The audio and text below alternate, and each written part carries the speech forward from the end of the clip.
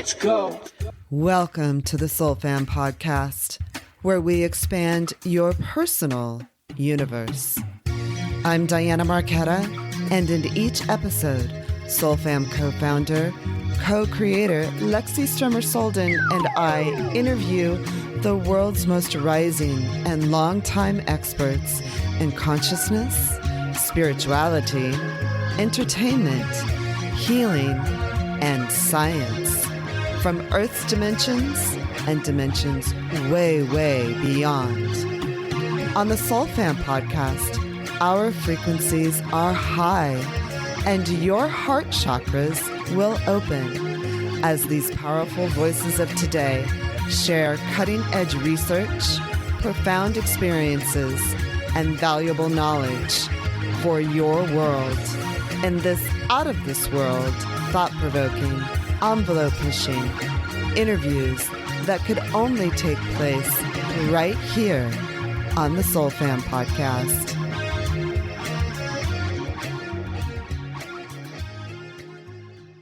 Welcome, Shaista.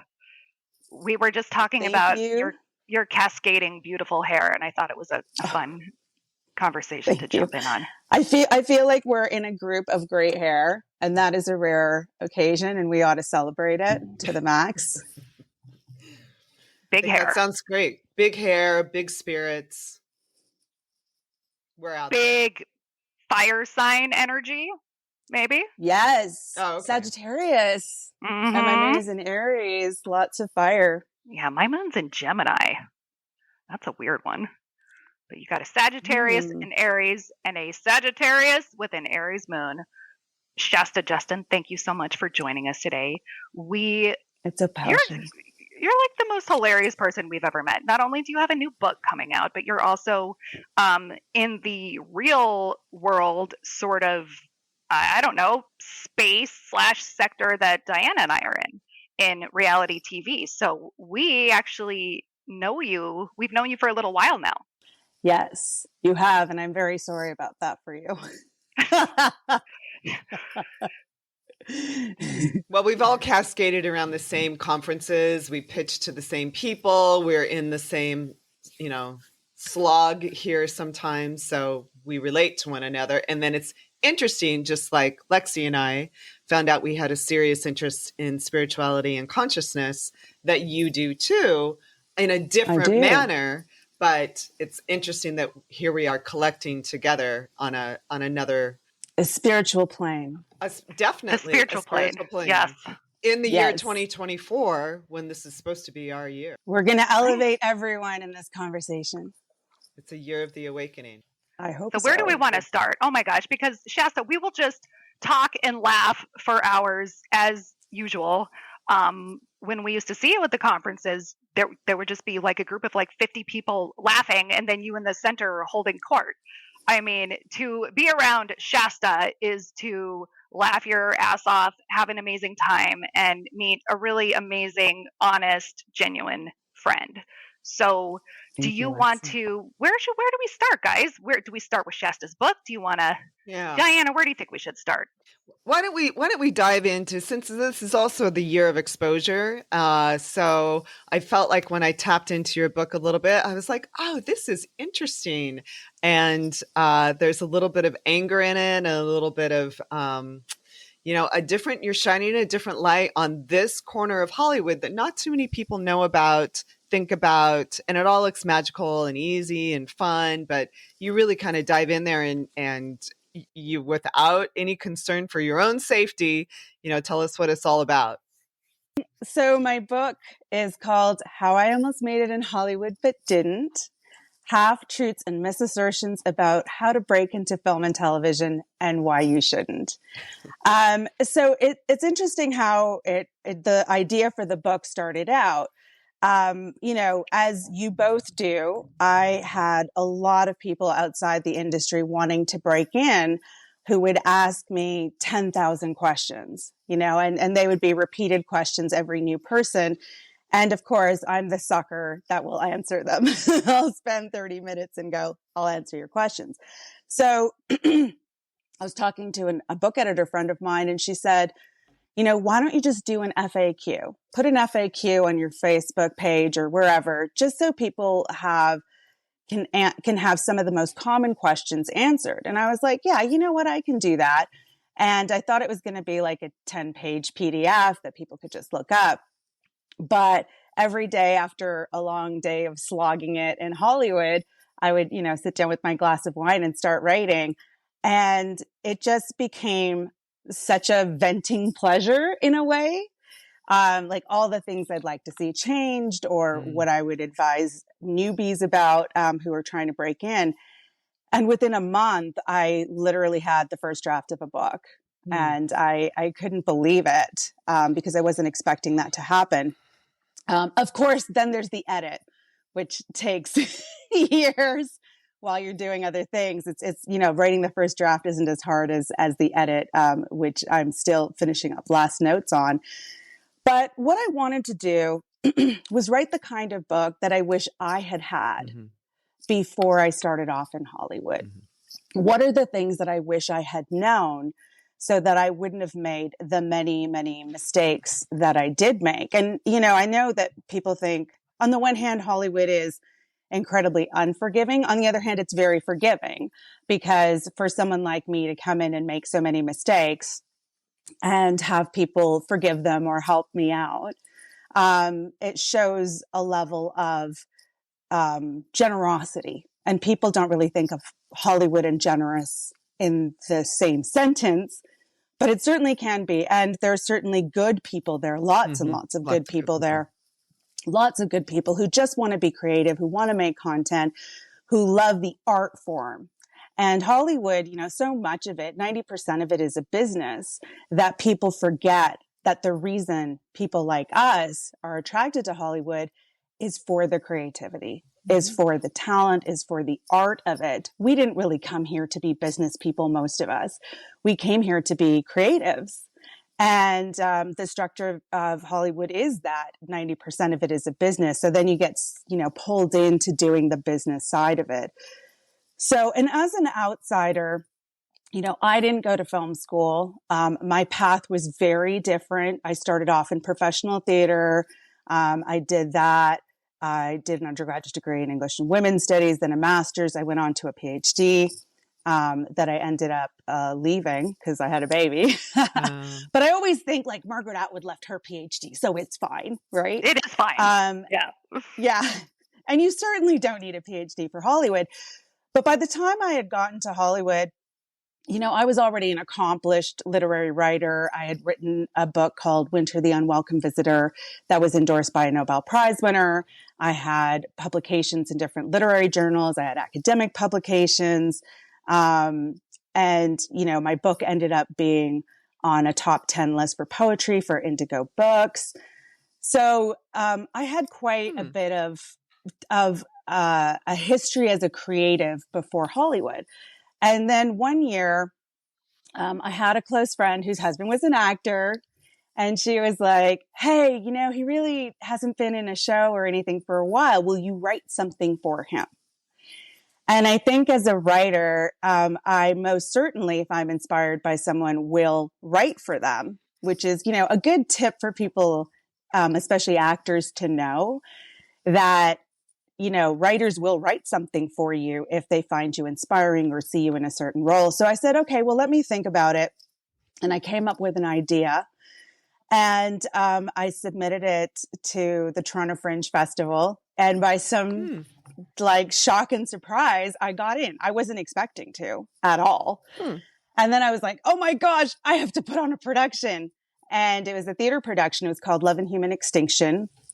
It was one woman, two men, a love triangle at the end of the world. Because I do love me some apocalypse. And because the question I had was, okay, they always say like, oh, I wouldn't sleep with you if you were the last man on earth. And I thought, okay, but what if there were two of them? What if there were two last men on earth and you were the only woman and you had to like pick or choose or decide what you were going to do?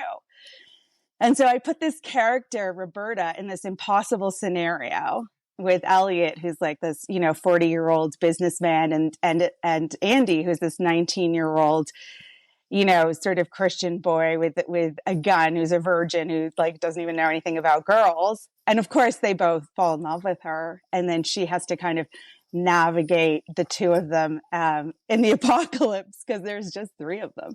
And of course it goes downhill very quickly.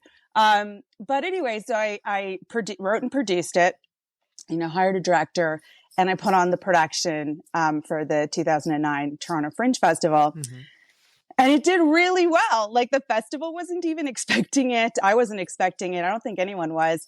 And a lot of film and TV people had come to see it. And then, after shows, you go to bars and you drink there and you celebrate with your cast and crew and so on. And a lot of film and TV people came to me and they said, "What are you doing in theater? Why aren't you in film and television?"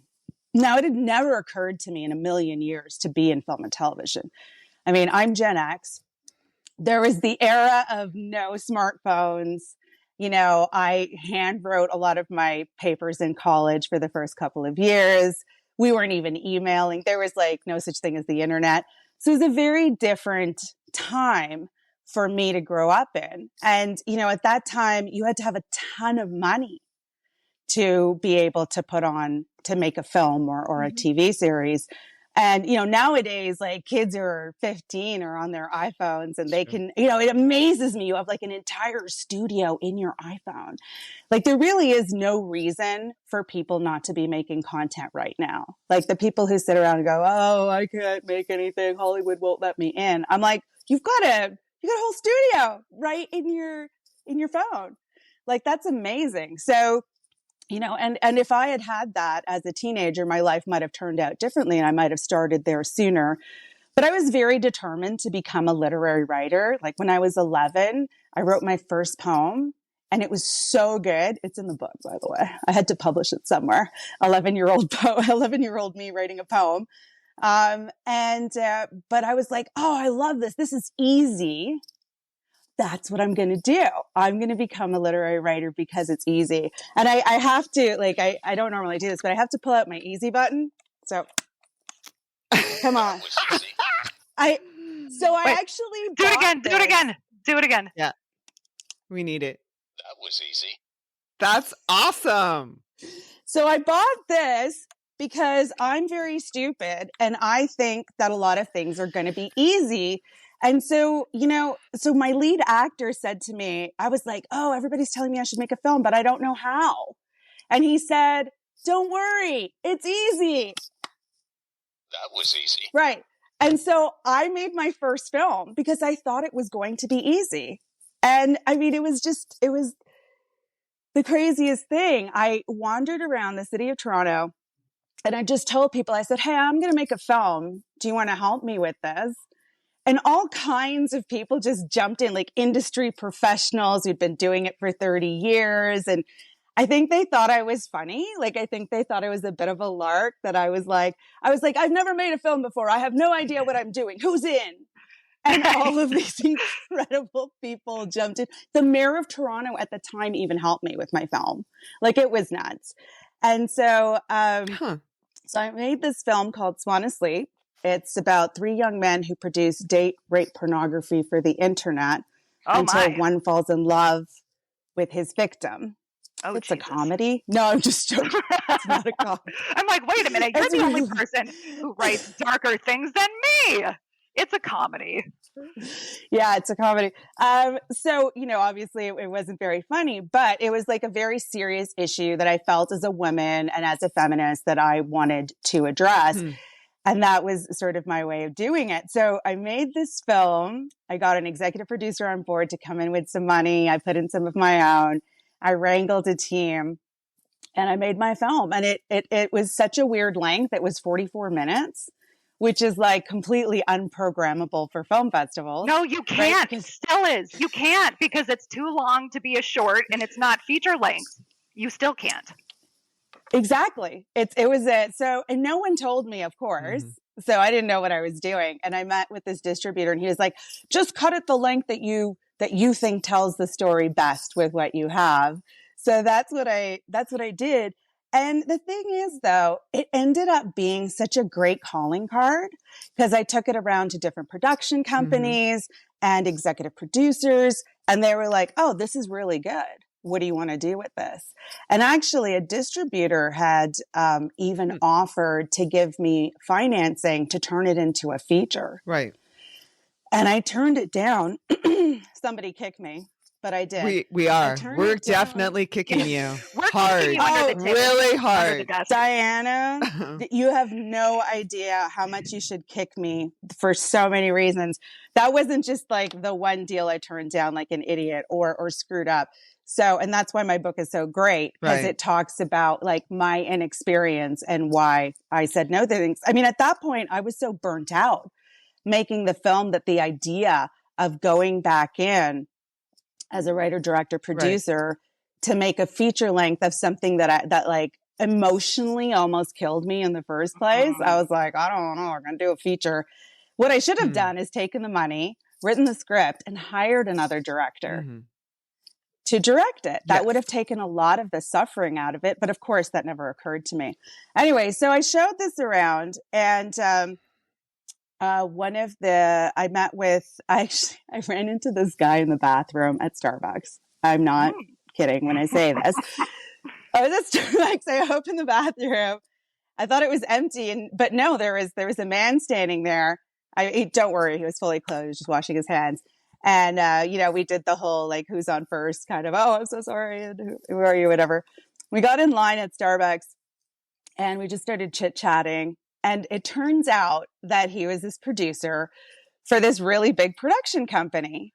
And I said, oh, that's so funny because I just put on this play. Maybe you heard about it, because it had been in the Toronto Star as, one of their pre-festival must-sees.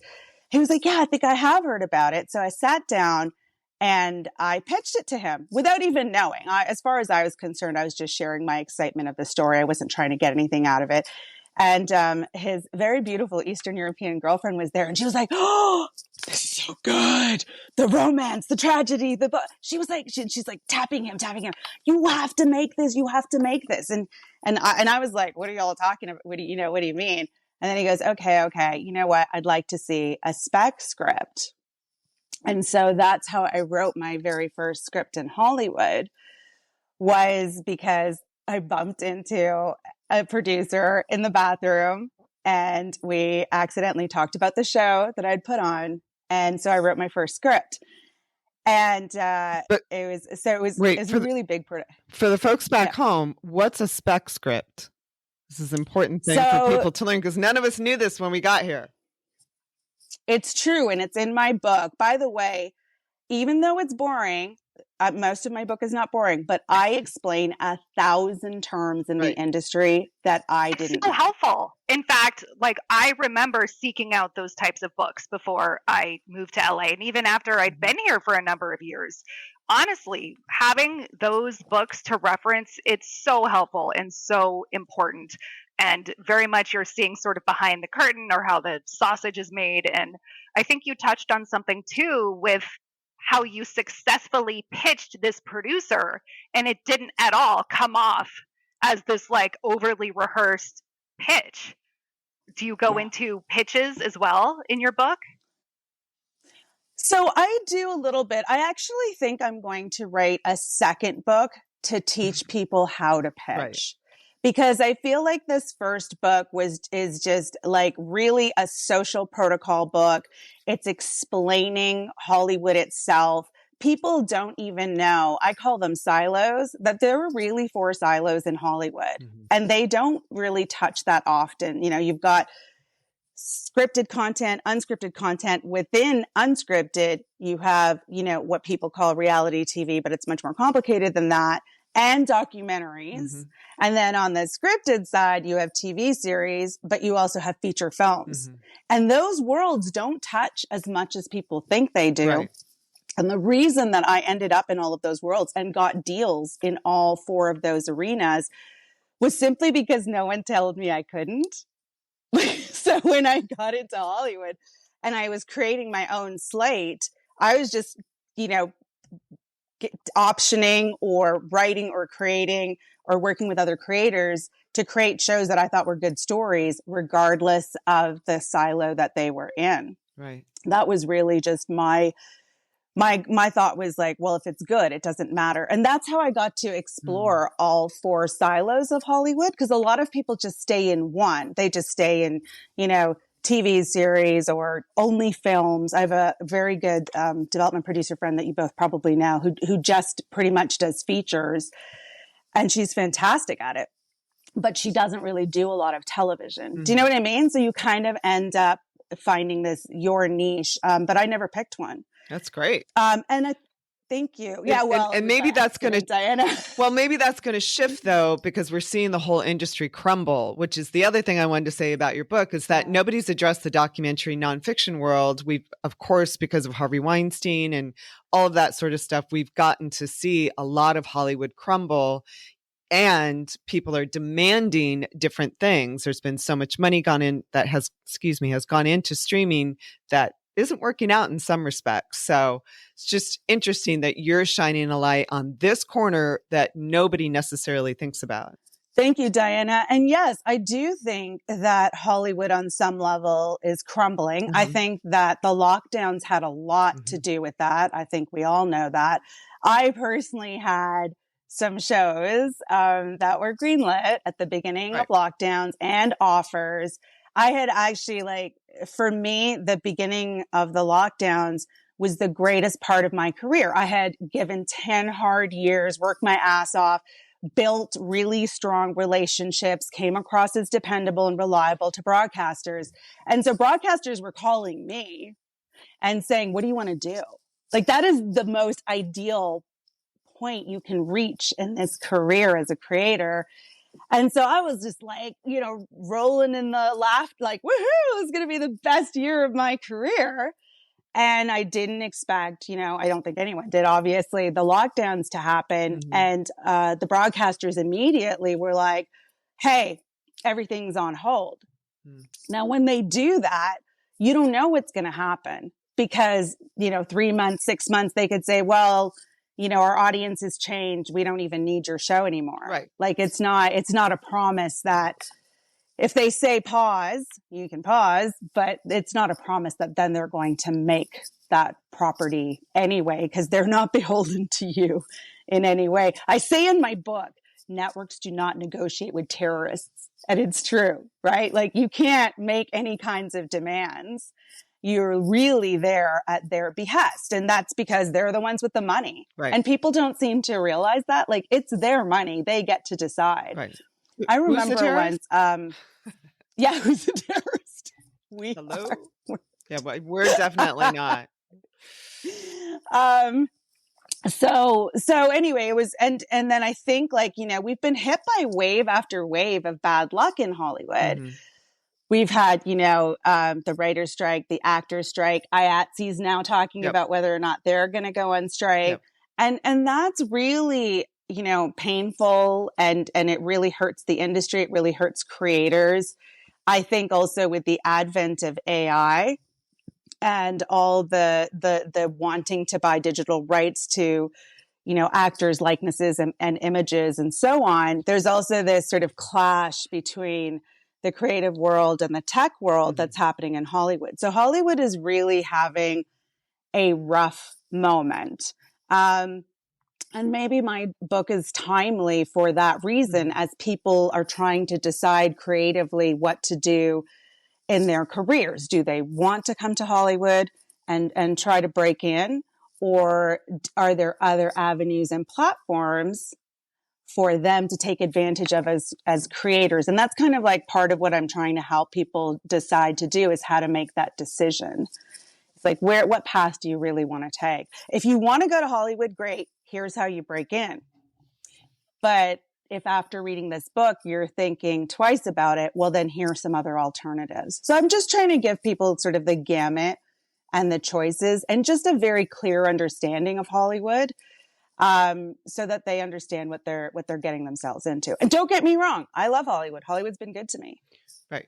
But that doesn't mean that, it's going to work for everyone. Right. It's not necessarily going to be the be all end all, and influencers and other creators have taken over the creative universe. And as you said before we actually started this interview, anybody can be producing any sort of content they want to. You don't have to wait for a studio, or you don't need to feel like you're completely shut out. Just go do your own thing, and the more you do it and the more you produce and the more you put out there, the better it is. Absolutely, Diane. I couldn't agree with you more. And the thing is like, people always ask me, how do you get an agent? How do you get a manager? Blah, blah, blah. And as I say in my book, I'm like, they'll come to you when you're ready. Mm-hmm. They'll find you. And I'm not talking about actors. It's very different for actors. But, as a writer, creator, director, they'll come to you. You don't need to go hunt down an agent because, Diana, as you're saying, show the work. Mm-hmm. Show them what you can do. And a lot of online creators are showing the work. And Hollywood is paying attention to them. And a lot of them don't even want to do deals with Hollywood. I ran into an agent, right? I ran into an agent who only represents YouTubers and social media influencers. And I said, how's it going? Because I'm thinking he's making like money hand over foot. And he was like, oh, Shasta, it's terrible. And I was like, what do you mean? And he said, well, here's the thing is that Hollywood wants to work with social media celebrities and influencers and creators. They don't want to work with Hollywood. Oh, yes. Now, that's so interesting. Right? That's so interesting. Isn't that interesting? Yeah. Why and sacrifice? Here's the reason. Go ahead. You get to have you get to have direct access to your audience. Mm-hmm. You can make whatever content you want to make. You're completely flexible. Look, I know this guy who's so funny. I mean, I don't know him personally, but I follow him online. Reed Choi is his name. He's so funny and he's so lazy. Okay. He doesn't even when he's playing his own girlfriend or a chick or something, he might put like a headband on. He's gotten so lazy. He doesn't use props. He just goes like, this is me over here. Okay. This is another character. He's so lazy. He doesn't even change his clothes, but he's still so good and so funny. You can't resist it. There's a guy who cleans up people's overgrown yards. Someone explain to me I've why been I'm obsessed watching with it. this. Are you kidding? I watch it all the time. He's got millions of viewers. He's got people tracking him down, people telling him thank you, and then other people yelling at him for being on properties that he's cleaning up. But he's amazing. Yeah. Sorry, Lexi. I mean, can you imagine? I don't know who this person is. I think he's in Michigan. Yeah. I think but he finds properties. He's a yard guy. He's a gardener. So he sees properties that are completely overgrown, that either have been abandoned or no longer occupied, and he cleans them up for the neighborhood. Doesn't ask for anything. Right. So he doesn't ask permission. So it's sort of like jumping over a fence and feeding somebody's pets without their permission. No, so he does ask for permission. Okay, he goes around to the neighbors. He tries to contact the city or whatever.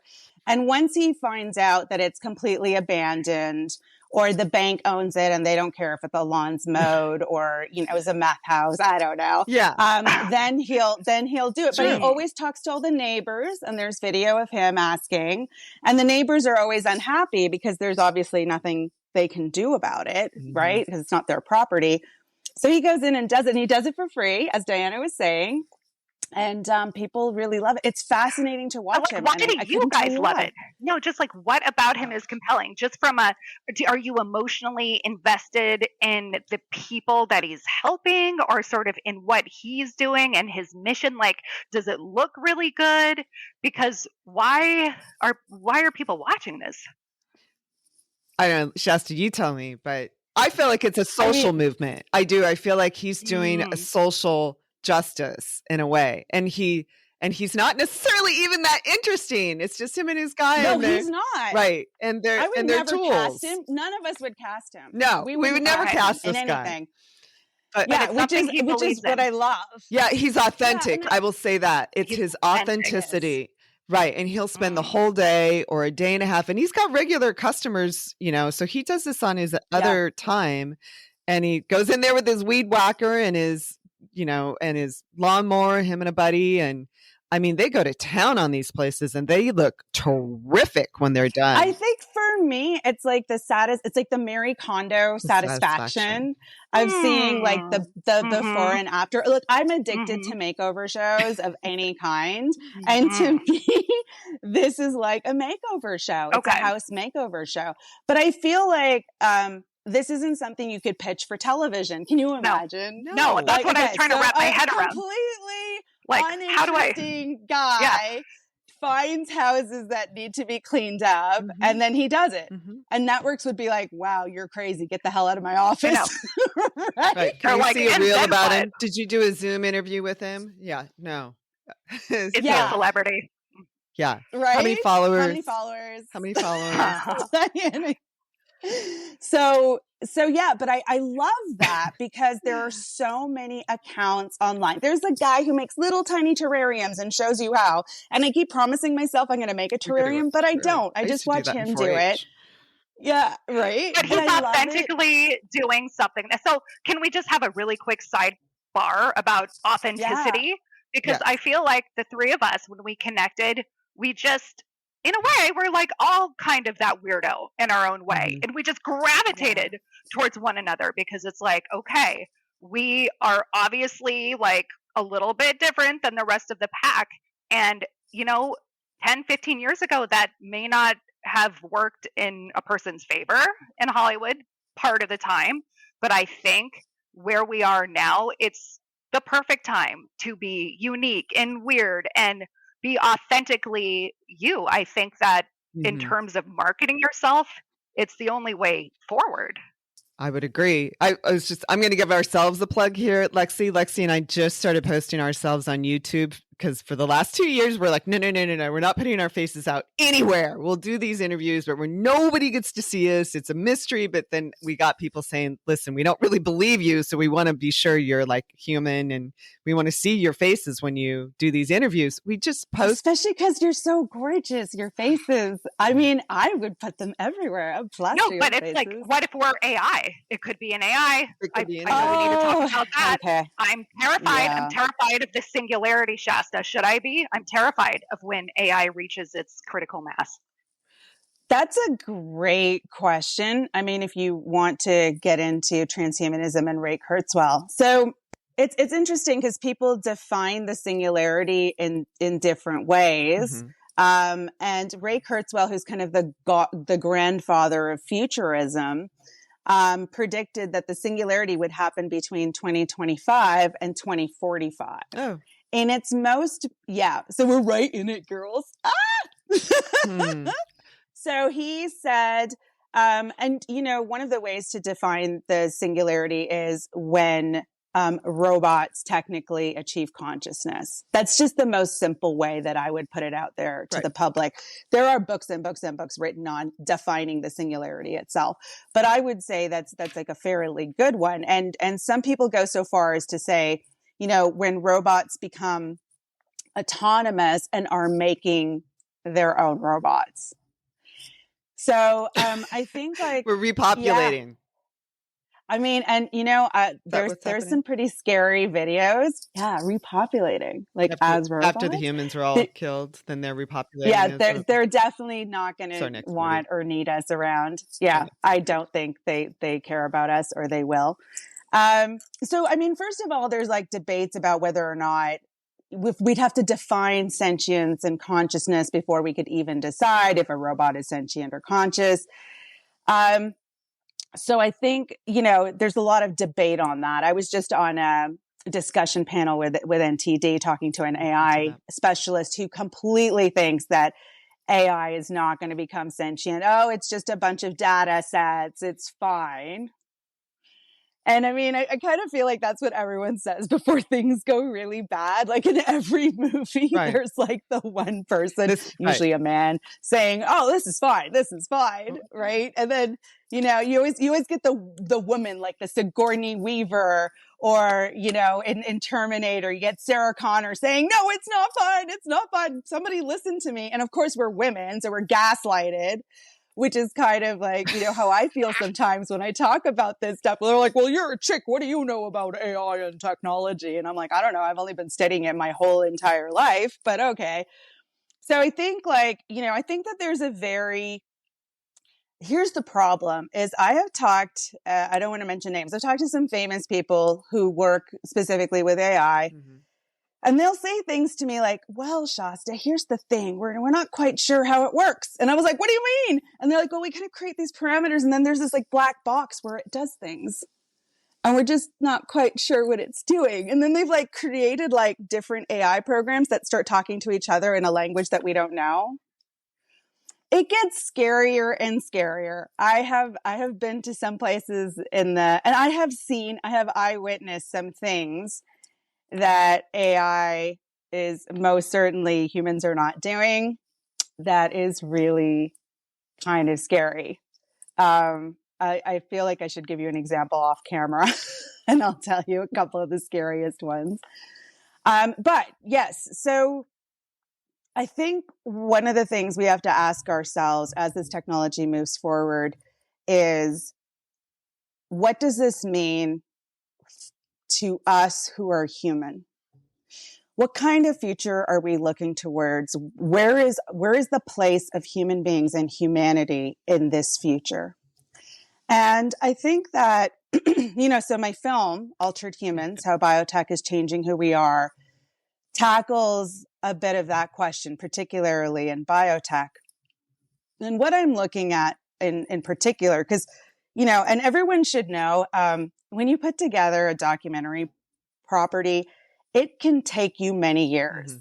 Like I went down this like biotech because I didn't know, I'm not a trained scientist. I had to teach myself so much biology and so on to even try to understand a lot of the medical papers and papers I was reading and the technologies, and then to source out experts in the field that really know what they're talking about. And they're like a lot of different experts. You have to figure out who's saying what, that's true.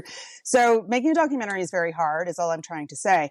But what I found in my deep dive into this research was there is one thing that kind of joins all of these technologies together, whether it's in, biotech, big pharma, medical devices, Silicon Valley, your computers, everything. And that philosophy is a philosophy called transhumanism. And this is where we get to the spiritual part, because this is interesting, is that, people think transhumanism is this new idea that emerged with technology itself, but it's not. It actually comes from the ancient Gnostics. So at one point yes, I know, right? Crazy. So at one point as the Bible was being written and the Christian church was sort of consolidating, there was a rogue group of individuals and they were called Gnostics. And actually, you can look up the Gnostic texts. They also wrote books that were not included in the Bible. Oh, they're so fun. It's such a fun rabbit hole, the Gnostics. Yeah, yes. It is so fun. So I agree. I love it. And I follow some Gnostic groups because I always want to hear what's the latest. And so, so the Gnostics are really interesting because where Christianity saw one good God who, is like our Father, created us and so on. And then there was Satan, who was an angel who rebelled against God, organized this massive rebellion, took a third of the angels with him to hell, yada, yada. The Gnostics believed that there were two entities, like two gods, basically, a good God and a bad God. And the bad God, they believed, they believe is the Christian God, just to spell that out for anyone who doesn't know, is trapped us sort of like infinite souls into these fragile, frail human bodies that die. And they felt very angry and offended by this. And then they believed there was another entity, a good God, that wanted to give us freedom from form. In fact, our human form. And so the Gnostics, and it's a religion or a group of ideas that keeps emerging periodically throughout human history. Mm-hmm. So the Gnostics really believe that we should become our own gods, that we should break with the reality and strictures of the natural world. And this is where technology comes in. So they're obsessed with things like longevity. They want to live forever. So when you hear them talk about, well, let's upload our consciousness to a computer, it's because they want to live forever. They want these technologies, the fountain of youth, right? A lot of the Gnostics they were searching for the fountain of youth. A lot of early alchemists were actually Gnostics as well.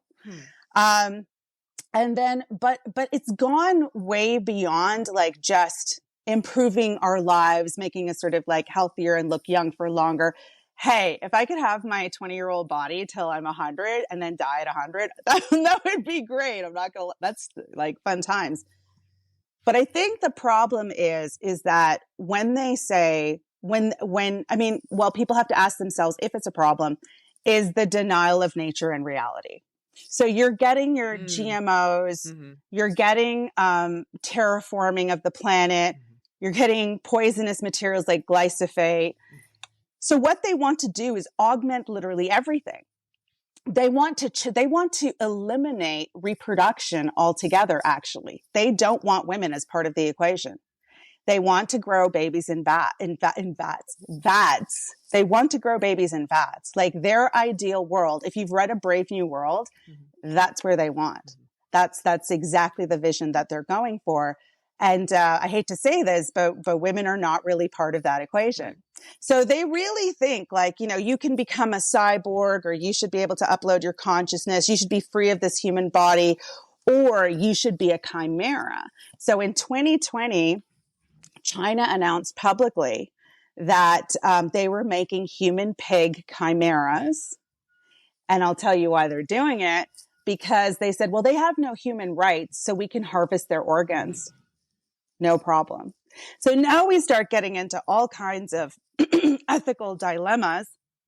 I got into an argument with this one guy who was like, well, I don't care if my daughter was dying and needed an organ transplant. I would take this human pig hybrid organ and give it to my daughter. And I'm like, yeah, but that creature is still half human.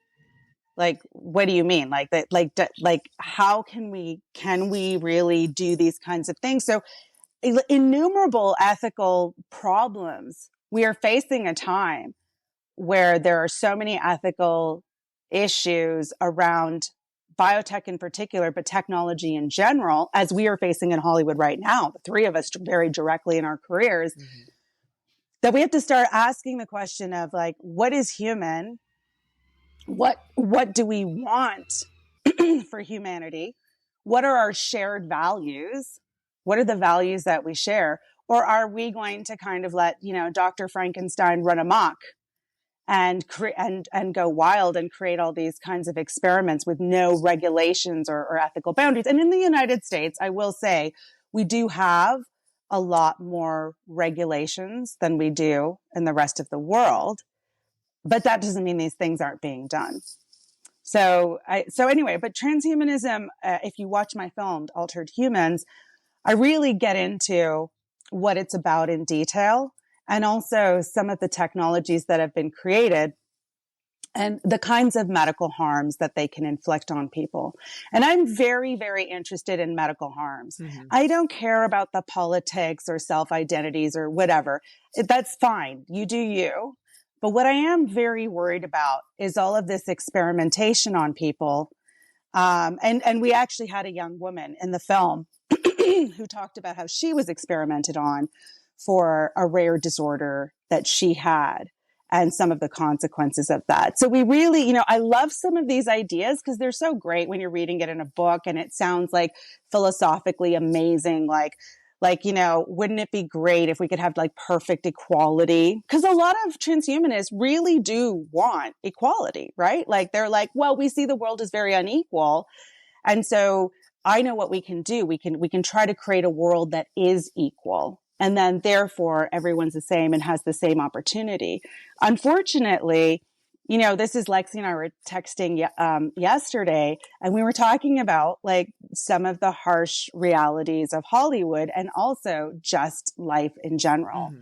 There are harsh realities of the natural world. There are harsh realities of Hollywood. And I think that I love science fiction so much. And I love thinking about all these interesting ideas, but I love them as fiction. I love them as fiction. And I'm not saying get rid of technology. Hey, let's not throw the baby out with the bathwater. I absolutely don't want to do that. Let's just wash the baby. Like let's clean up the baby. Let's have good, healthy technologies that make human beings live better and longer lives. I think there's an upper limit. I mean, unless, talk about Enoch in the Bible or whatever, who knows? But, I think, but I think I'm down with the Fountain of Youth. I'm sorry. I'm a sucker. Yeah. I'm no, in it. Sure. I'm in it. But Diana, you definitely look like you've been drinking from the Fountain of Youth. Absolutely. But yeah, I think, but these are the kinds of questions and debates we need to start having. And if my film just provokes people to start asking those questions, I consider that a success. We don't have to decide today. We don't have to decide right now what those answers are, but I do think we need to start talking about them. Well, we're not going to have that much time to talk about them because the change is going to be over on us before we know it, if it's not already. By the way, where is your film? How do we see it? It's on Epoch TV, and I will send you both a link. But also, when you air the podcast, we can put links to the different things and so that people can see it. This is interesting, however, Shaista, with all of your, we have all experienced this with all of our connections. It's still extremely difficult to get something up on the screen. And instead, you're at Epic TV. So I find it really interesting that this is the platform that's sharing what could potentially be a very controversial film. And that's actually exciting to me. I'm really happy to see that happening. So I'm sure you have a little. Thank you, Diana. Yeah. I actually float it to some big Hollywood studios. Sure. They were super interested in it, but I chose Epoch precisely because they weren't a traditional studio. And the reason for that was because I knew what was going to happen if I went with a big Hollywood studio. And that is my messaging would get really watered down. Oh yeah, everything would get killed in legal. They're like, I'm sorry, legal killed the last 70 minutes. And we're tied up. Now we're tied up in development again. 4 years from now, after everybody's a cyborg. Exactly. And I love that. Yeah, you're right. It's like we're already cyborgs. Too late. This might have been a good film 4 years ago. And I also love that they gave me so much freedom. They really just trusted me as a director and as a producer to do my job. And you know what it's like working with the bigger prodcos or the studios, production companies. For anyone who doesn't know what prodco is, it's tougher because you are limited. I understand why they do what they do. Like if you're working with Sony's going to have its stamp on it, or Warner or MGM or whoever. Their money. And it's their money. And so I just knew, and I loved these executives I was chatting with. It's not that I didn't want to work with them. Just in case they're watching this, I totally wanted to work with you guys. Of course. That wasn't the thing. But what I wanted was to say what I had to say in the way I wanted to say it, and to have freedom to do that. And that's what this broadcaster gave me. And that's the thing, it's really funny to me because people in Hollywood will take money from anywhere. Drug money, mafia money, Communist Party money, pedophilia money. Pedophilia money. They'll take any money. And so it's kind of funny because a couple of people said to me, they're like, isn't the Epoch Times a cult? And I was like, wait, what? They're a cult? I didn't know that. And then I was, and I looked it up. I looked up the philosophy of Falun Gong and Falun Dafa. They call it both things, which some people at the network obviously do practice. And I was like, this is to me, this is an offshoot of Buddhism. Like, it's not shocking. Oh, so some of them are Buddhists. A lot of them, there are Christians also and atheists. There's a bit wide range of people there. And I was like, what are you guys all upset about? Like, they're basically Buddhists. I mean, in my opinion, but also you guys are hypocrites. You'll take money from anybody. And then just because I go to this newscaster, because they're actually going to let me make the film I want to make, you're going to get judgy with me. That's kind of that's disingenuous. And that's not fair. I'm like, you guys I remember when China came into Hollywood, I think like 10, 15 years ago, maybe longer. And everyone was working with the CCP because they were just throwing money around like crazy. Mhm. And they were all like, you should go to the Chinese. They all have money. And I was like, I met with a few companies. I didn't feel a vibe. For me, it's like the company and the people in it. And I wasn't feeling it. But a lot of people took that money. And so I'm like, how can you get mad at me for taking money from a network who's like, and here's the best part. So Joe Wang, who is the head of NTD, so he has a PhD in virology. And he was a senior scientist before Pfizer became the Pfizer that it is. And so I felt like I was in such great hands to have a real scientist, to have the opportunity to work with a real scientist and not just a TV executive. So that was the other appeal for me, was I was getting to work with a scientist who could, help me to make sure everything was scientifically accurate. You have no idea how hard I worked to make sure the science is precise and exact in this film. That was the hardest part of it. I'm sure. Because even experts will sometimes get something wrong when they're in the middle of an interview. And so I had to like double, triple, quadruple fact check every piece of science in this documentary. And so there's absolutely nothing in this documentary that is not scientifically factual. Right. And I'm very proud of that, especially in an age of much misinformation floating around everywhere in every corner of the globe.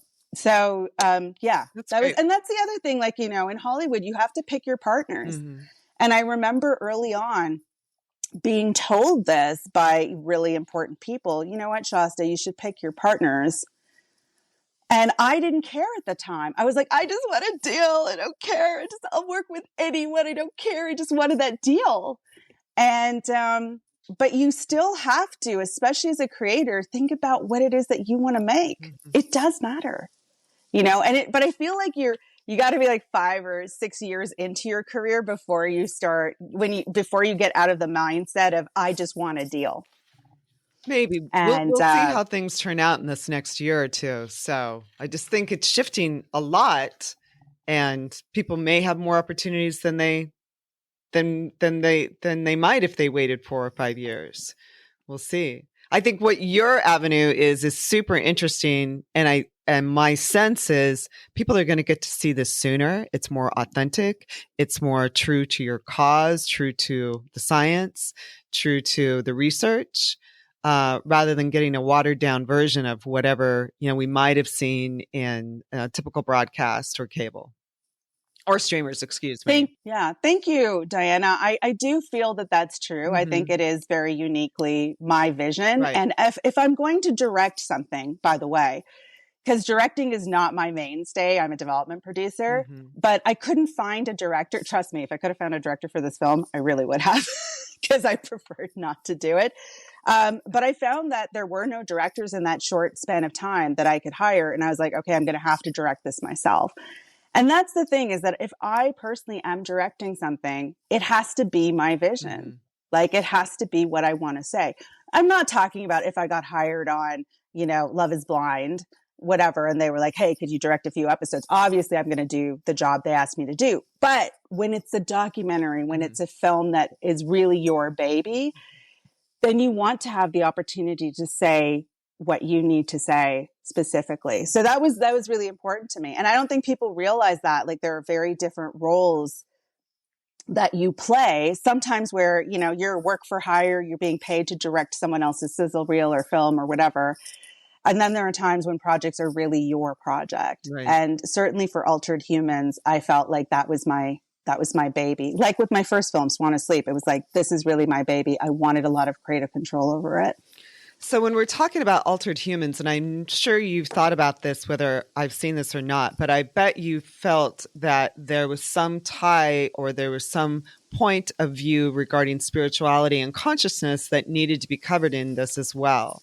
So I'm curious what that's all about for you. Yeah, definitely. And I think we come back to this idea of what consciousness is. And I think for people who are spiritual in nature, we would tend to call consciousness the human soul. And but for a lot of scientists, atheists, tech people, they just see, I don't know what they think consciousness is, because they're like, oh, it's your brain firing synapses, and it's, we're just a supercomputer. We're the Matrix. And I have we're the Matrix, exactly. And I find that sort of like roboticization of human consciousness mildly offensive in a way, because I think that we are far more special and unique than a toaster. You know what I mean? So I think, like, here's the thing is that if you wanted a technology where you could, say, upload consciousness onto the internet, the problem is you have to first define consciousness. So are you talking about you're going to do some voodoo and take the human soul and trap it into a computer? Like, those dolls, like the voodoo that we always hear about. Oh, they put the voodoo doll. I have a couple in my drawer. Yeah. No, I'm kidding. I hope not I'm kidding. Me. No, it's not you. Definitely not you.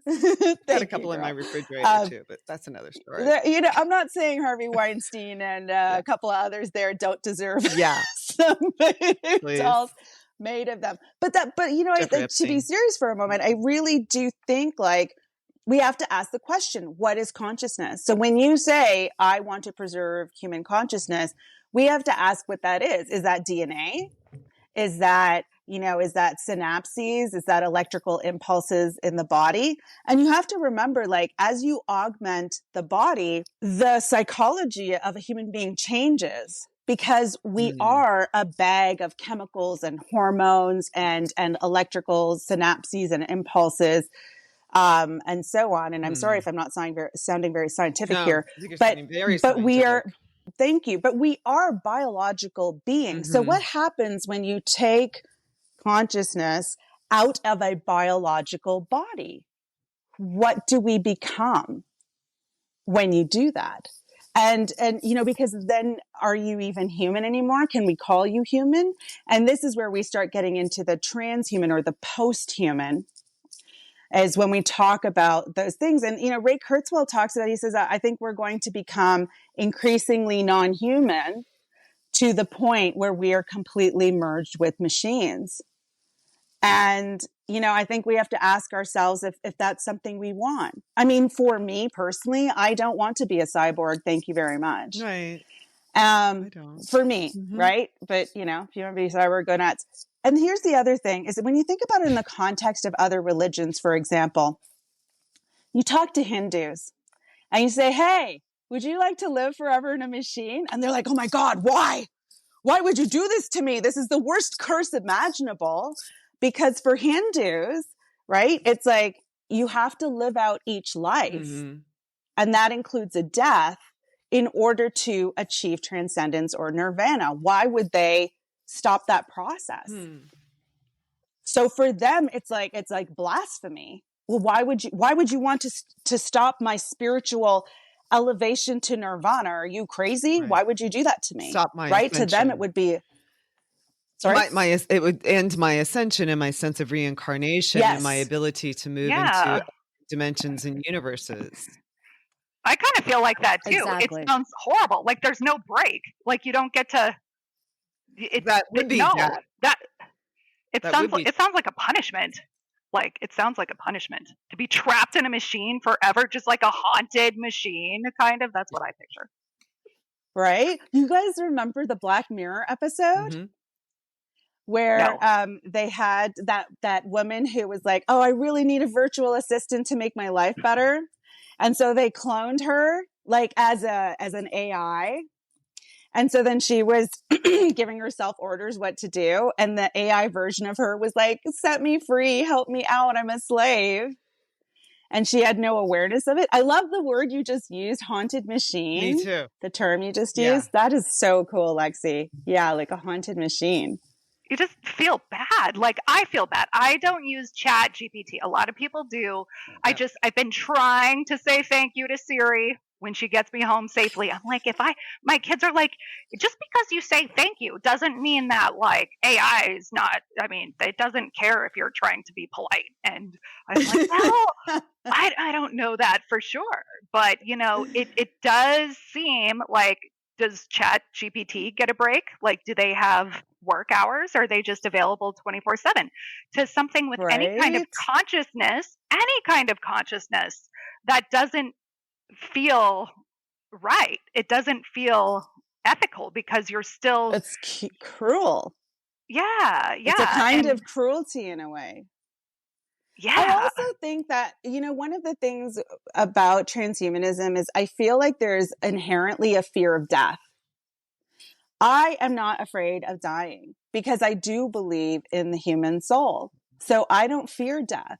But a lot of people out there do fear death. And they're like, well, technology can help me live forever because when I die, there's nothing.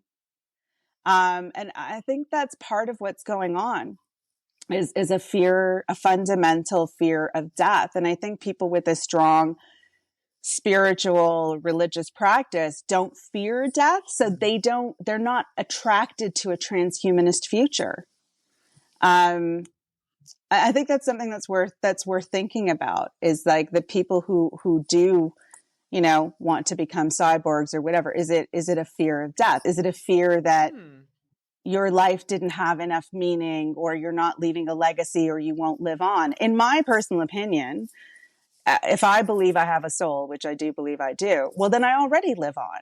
So I'm not afraid of dying. And all I want to do is to make sure I make the best use of my time here now while I have it, because tomorrow is never promised. And for me, that's like being of use, is like doing useful things. I made a film that I believe is useful to people. I wrote this book because I think it's useful to people. There are things I write for myself quite selfishly, but, I also just try really hard to give something of value to other people. I mean, my next book is like pure sci-fi. So maybe I was a little selfish and indulgent there. But certainly I talk about some of these issues in my next book, which is going to be quite fun. Is it a fictional book, by the way? It is. Yeah, I'm curious. It is. It's fiction, and it's actually, the last few years, I was never someone who was into conspiracy theories. And, but the lockdowns gave me plenty of time to get interested. One of my assistants actually was like, he started telling me about all these different conspiracies in Hollywood. And he's like, did you know Michael Jackson's a castrato? And I was like, what? That's crazy. Right. And then what I'd find is say that again. Michael Jackson, what? Supposedly a castrato. What is? Okay. So, how in opera, right? Mm-hmm. What they used to do was young boys who had very beautiful voices. Oh, that's right. They would remove their testicles so that they could keep that voice for much longer. And so he brought me this conspiracy theory. I mean, I'm always looking for shows. Pitch me, you know what I'm saying? So he brought me this idea, and I was like, what, Michael Jackson's a castrato? I was like, that's ridiculous. And then he started presenting all this information. It was really interesting because like, there's always like some grain of truth or some reason why this idea emerges.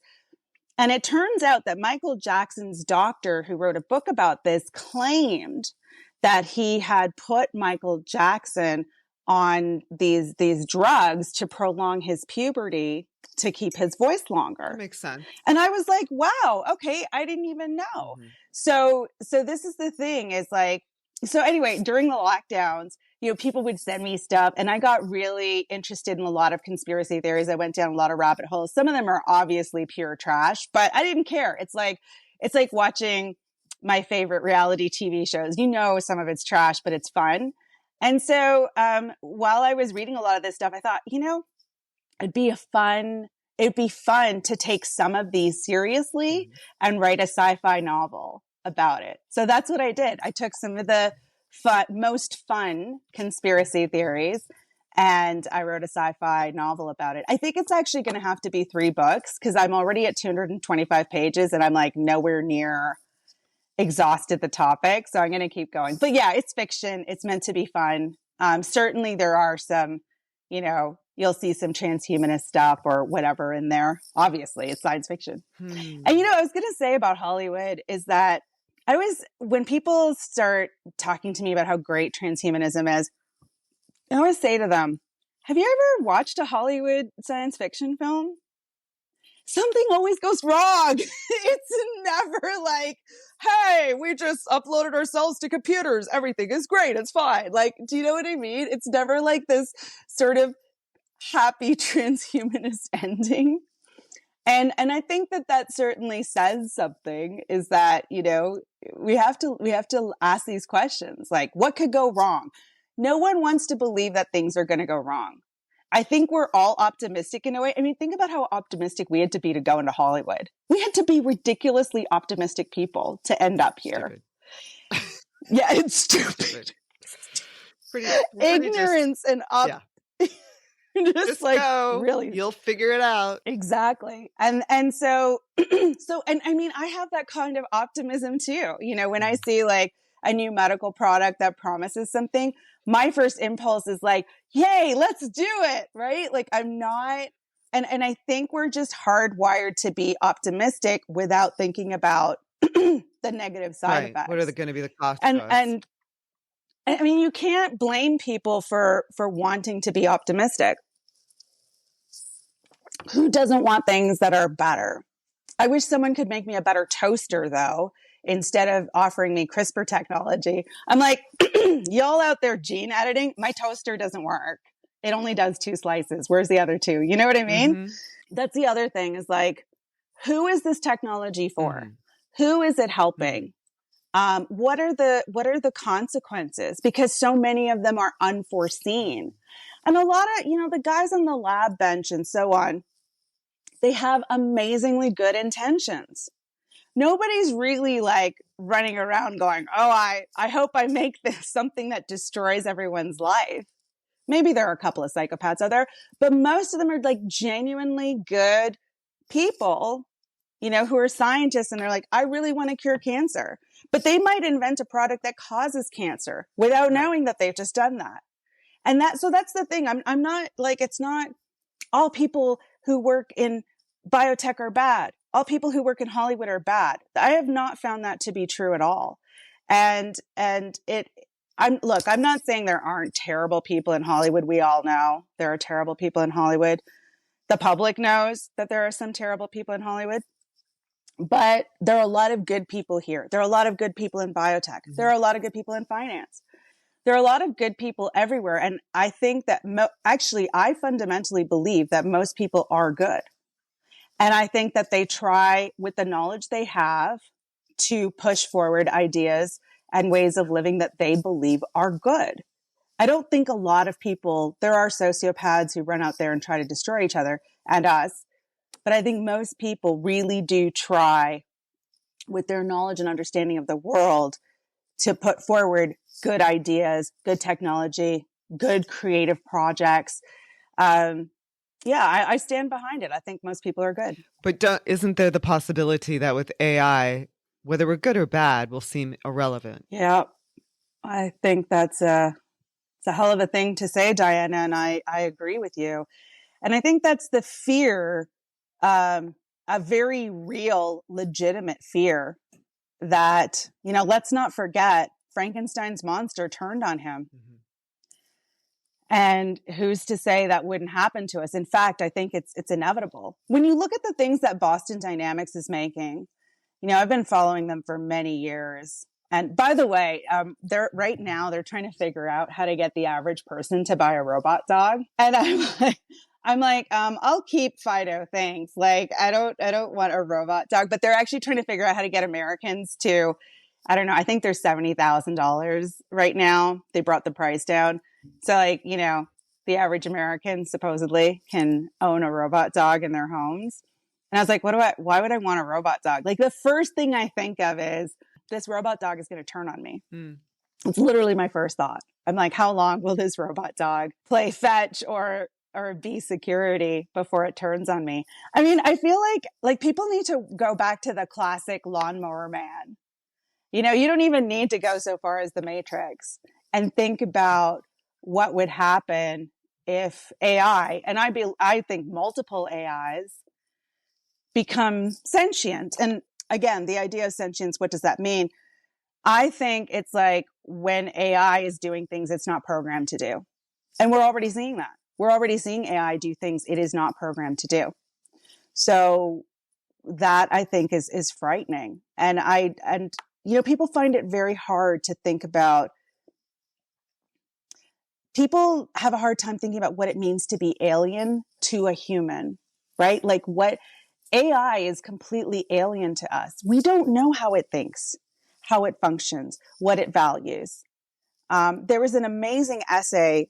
I wish I had it so I could send it to you guys. Where this guy really tried to think about what an AI future would look like. And he said, you know, if the world was taken over by AI, they would look at the earth as just resources. Right. So, and for we're in the way, we're just meat products and they don't need meat products. And he said, you know, you'd see them digging up every tree looking for minerals because that's all they would care about. Right. So he kind of like went into this order of, you know, what do they value? They value steel or minerals or lithium or whatever it is, uranium. And so they would tear apart the planet looking for things that they could use to build more of themselves or create structures. But we would really have no place in that world. And it was very eye-opening to try to imagine the world from AI's perspective. I'm not saying that we necessarily can. They will undoubtedly do highly unexpected things. But it is worth thinking about. We can't think of AI as human. It's like trying to think of an alien from another planet as human, or trying to predict like what do they do or what do they want, because we do have an androcentric kind of bias, right? And we want to impose that on everything we see that's unexplainable. So in your film, what's your final sentiment? Not to give it away, but what's your final sentiment about AI in general? Or is this so that we can bring this into conversation more readily? I do talk a bit about AI. I would actually happily make a documentary just devoted to AI because there's so much to talk about. So in my film, I only really touch on AI. But I think that this documentary really lays out the problems of transhumanism, of biotech, how it's affecting us as human beings, and asking the question, where do we want to go from here? So again, I really hope that the film will provoke conversation. And, you know, I have all my experts weigh in at the end of the film and kind of give their 2 cents about where they think we're going and what we ought to do about it. But yeah, it really is meant to be a conversation starter, and also just to, I think, point a finger at what's going on. Where do all of these ideas come from? And when you look at like all of the changes that are happening in society, laws, biotech, technology in general, banking, where all of these things are going is in the same direction. And all of those things are fueled by the philosophy of transhumanism. And that's, I think, the biggest takeaway is I feel like if you want to fight for a human future, you're going to have to fight transhumanism. Okay. That's our next world war. Yeah, it's going on right now. We're in it. So how do people find you? I know you wrote this book because people were asking you the same questions, and we're going to post a link on how, you know, we can watch Altered Humans, watch your film, but do you want people following you on social media and contacting you? How can people find out more about the projects that you've got going, your book, your upcoming film projects, etc.? Yeah, so I actually Lexi and Diana, you're on my personal account where I talk about all kinds of, I'll do like the conspiracy theory to aliens, to everything, because it's so much fun for me. That's our stuff. But I do have specific film and TV accounts. I finally decided to divvy it up because I think my film and TV people were getting a little overwhelmed by the fun, crazy rabbit holes I enjoy going down. I mean, people have to realize I'm a writer. I'm going to read a ton of crazy stuff, especially when I'm writing a book, to get information and knowledge. Because, people think when you're writing sci-fi, oh, you can just write anything. That's not true. It still has to make some kind of technological sense. So this, the sci-fi book I'm writing, I try to make the technology as realistic as possible and as predictable as possible. Like, even when I talk about aliens, they still have to make sense. Like, you know what I mean? So a lot of the stuff I post privately, it's a lot of the rabbit holes I'm personally going down to write my own book. But nevertheless, they can find me on, I have a specific film and TV accounts for Instagram, Facebook, and also LinkedIn. I don't post very much on LinkedIn anymore, sort of more professional. But my Instagram and Facebook are definitely fun and games. I love posting ridiculous memes about different shows.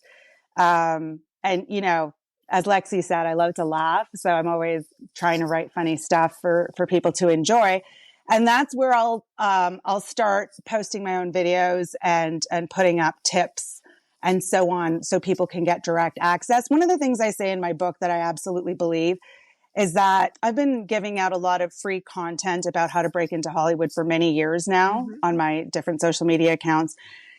And I truly want people to have this information. And so, the videos and posts that I'll be making, well, you can read my book or not read my book. I hope to get across that information regardless, because I remember growing up very poor and not having access to this kind of knowledge. Everything I learned was like the public library, like a library card.